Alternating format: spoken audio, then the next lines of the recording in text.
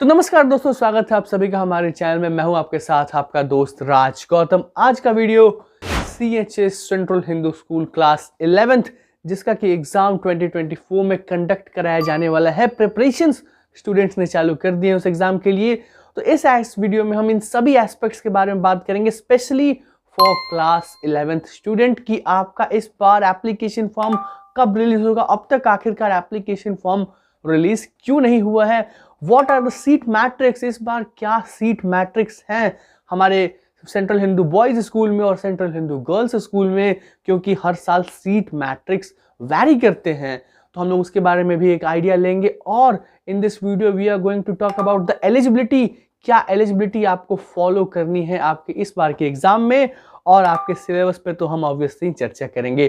तो ये वीडियो आपके लिए बहुत इंफॉर्मेटिव साबित होने वाला है। तो बिना देर किए let's begin to our video. तो सबसे पहले हम क्लास 11th के और CHS एग्जाम का एक ओवरव्यू देख लेते हैं कि what is central Hindu school entrance examination. तो ये एग्जाम कंडक्ट कराया जाता है for the admission in central Hindu boys school and central Hindu girls school में। लाइक बॉयज एंड गर्ल्स दोनों ही इसमें एलिजिबल होते हैं, अनदर लाइक एनी एग्जाम्स। और आपको इसमें क्लास 9th 11th में एडमिशन के लिए एंट्रेंस टेस्ट कराया जाता है। 6th के लिए भी ऑफ कोर्स एंट्रेंस टेस्ट होता था पहले, लेकिन कुछ बीते 2-3 सालों से ये ई लॉटरी सिस्टम पे ही कंडक्ट हो रहा है। होपफुली इस बार भी 6th के लिए एग्जाम हो।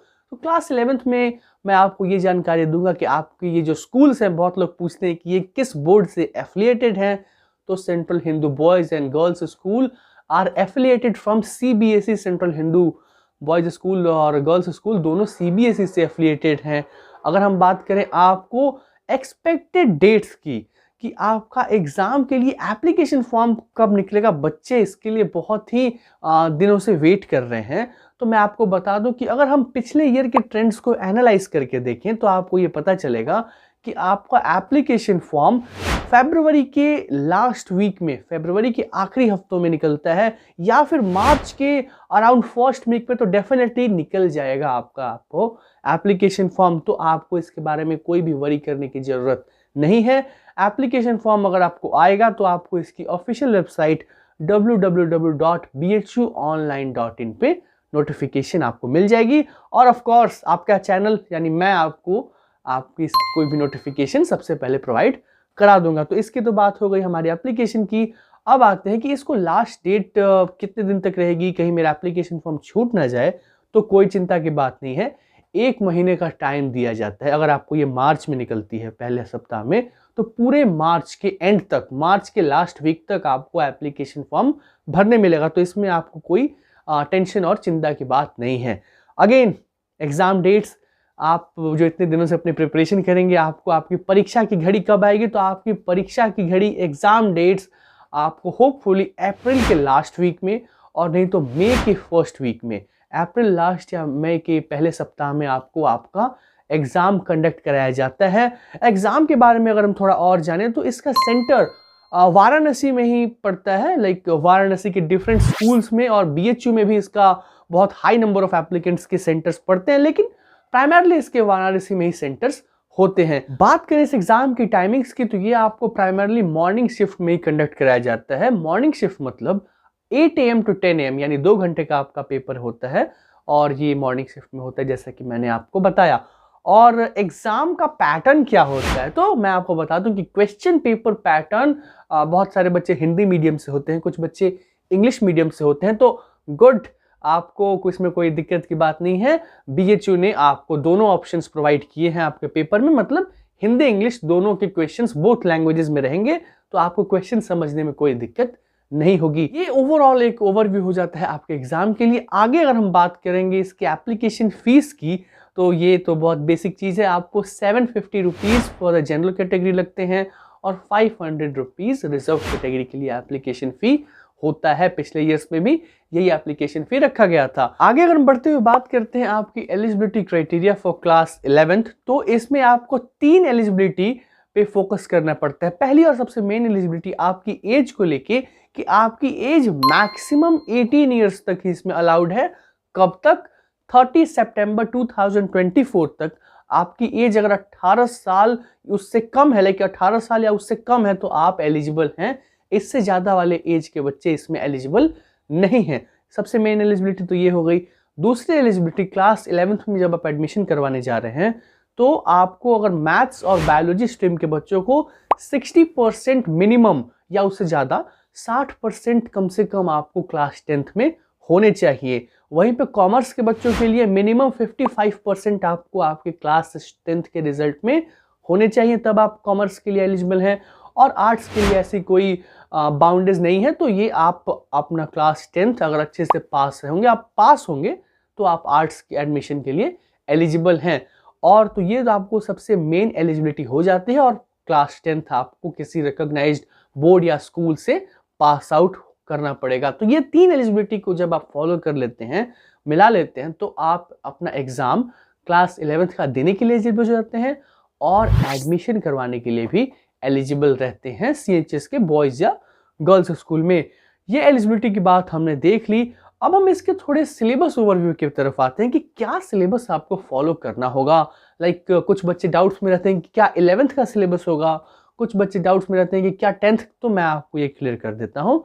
तो आपके सिलेबस में मैं आपको बताना चाहूँगा कि इसमें आपको अलग अलग स्ट्रीम्स, मैथ्स, बायो और कॉमर्स और आर्ट्स, इसके अलग अलग सिलेबस होते हैं। लेकिन इसमें आपको 100 MCQ 100 MCQ क्वेश्चंस आपको आपके क्वेश्चन पेपर में दिखने मिलेंगे, जो 2 घंटे में आपको सॉल्व करने हैं। और आप इस पिक्चर को भी रेफर कर सकते हैं जो आप अपनी स्क्रीन पे देख रहे हैं।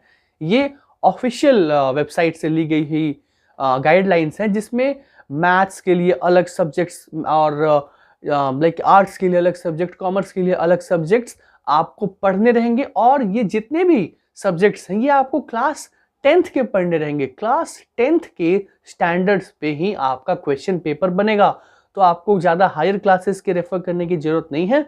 हाँ, आप कुछ एक्स्ट्रा बुक्स ले सकते हैं। मैं उसके लिए आगे आपको एक रेफरेंस वीडियो बना दूंगा कि कौन से बुक्स बेटर रहेंगे आपकी प्रिपरेशन में। लेकिन question paper is based upon your class 10th syllabus, don't worry about that.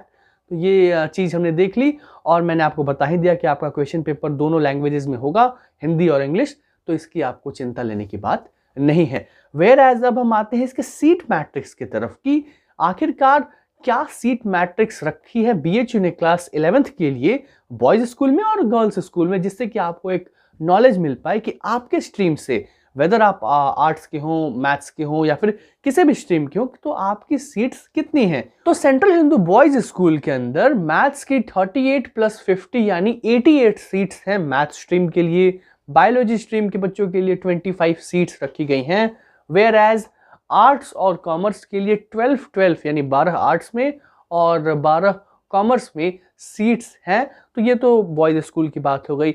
Where as central Hindu girls school में आपको मैथ्स की सिर्फ 17 सीट्स रखी गई हैं। वेयर एज बायोलॉजी स्ट्रीम की सिर्फ 16 यानी 16 सीट्स ही हैं। और आर्ट्स में इसका नंबर इंक्रीज होकर 40 यानी सेंट्रल हिंदू गर्ल्स स्कूल में आर्ट्स की 40 सीट्स अवेलेबल हैं। और आपको जो बचा कॉमर्स स्ट्रीम, उसकी 25 सीट्स अवेलेबल हैं। तो ये एक बेसिक आइडिया हो गया। वेयर एज ये मैं जो आपको बता रहा हूँ, सीट मैट्रिक्स घट भी सकता है और मे बी बढ़ भी सकता है। ये आपको अपडेट एग्जाम्स के जब हो जाते हैं उसके बाद BHU निकालता है कि कितनी सीट्स अवेलेबल हैं। इसमें कुछ रिजर्वेशंस भी होती हैं, बट आप इसका एक अराउंड फिगर लगा सकते हैं कि इतनी सीट्स, इससे कम तो नहीं, इतनी सीट्स मिनिमम रहेंगी आपके जो अपने स्ट्रीम्स के अकॉर्डिंग। तो आप जान सकते हैं अपने स्ट्रीम में कितनी सीट्स हैं।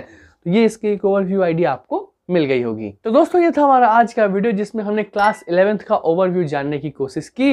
होपफुली आपके सभी डाउट्स क्लियर हो चुके होंगे। अगर नहीं तो आप नीचे कमेंट सेक्शन में अपने डाउट्स लिख दीजिएगा, और कोई भी वीडियो की डिमांड हो तो आप बेझिझक लिख सकते हैं, मैं आपके लिए वो वीडियो बना दूंगा। तो अगर आपको वीडियो अच्छा लगता है तो make sure to like this video. साथ ही साथ अगर आप चैनल पर नए हैं, subscribe this channel and join our channel, क्योंकि यहाँ पे मैं आने वाले आपके अपडेट्स और बहुत अलग एग्जाम्स के एजुकेशन कंटेंट आपको हमारे चैनल पे मिलते रहते हैं। हमारी मुलाकात होगी एक और नए वीडियो में एक और फ्रेश कमाल की टॉपिक के साथ। Till then, don't forget to keep watch your channel RJ mathematics.